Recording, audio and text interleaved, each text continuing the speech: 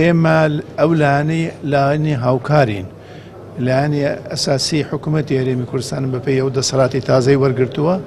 سەرۆکاتی هەرێم و لایەنی کۆمیسیۆن داوای کردووە نووسراوی بۆ پەرلەمانی شارەستە کردووە،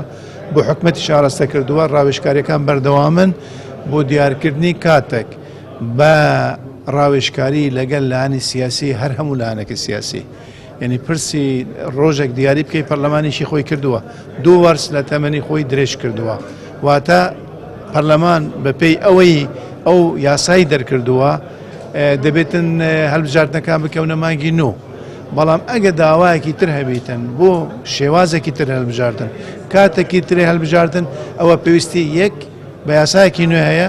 دووەمش بە بڕیارێک هەیە حکوومەتی هەرێمی کوردستان بە ڕاوێژکاری لەگەڵ پەرلەمان لەگەڵ کۆمیسیۆن لەگەڵ لایەنی سیاسیش بە ڕەزامەندی لایەنی سیاسیش بۆ ئەوەی دەرفەت بۆ هەموو لایەنی سیاسی دەرفەتێکی یەکسان بە هەموویان بدرێت.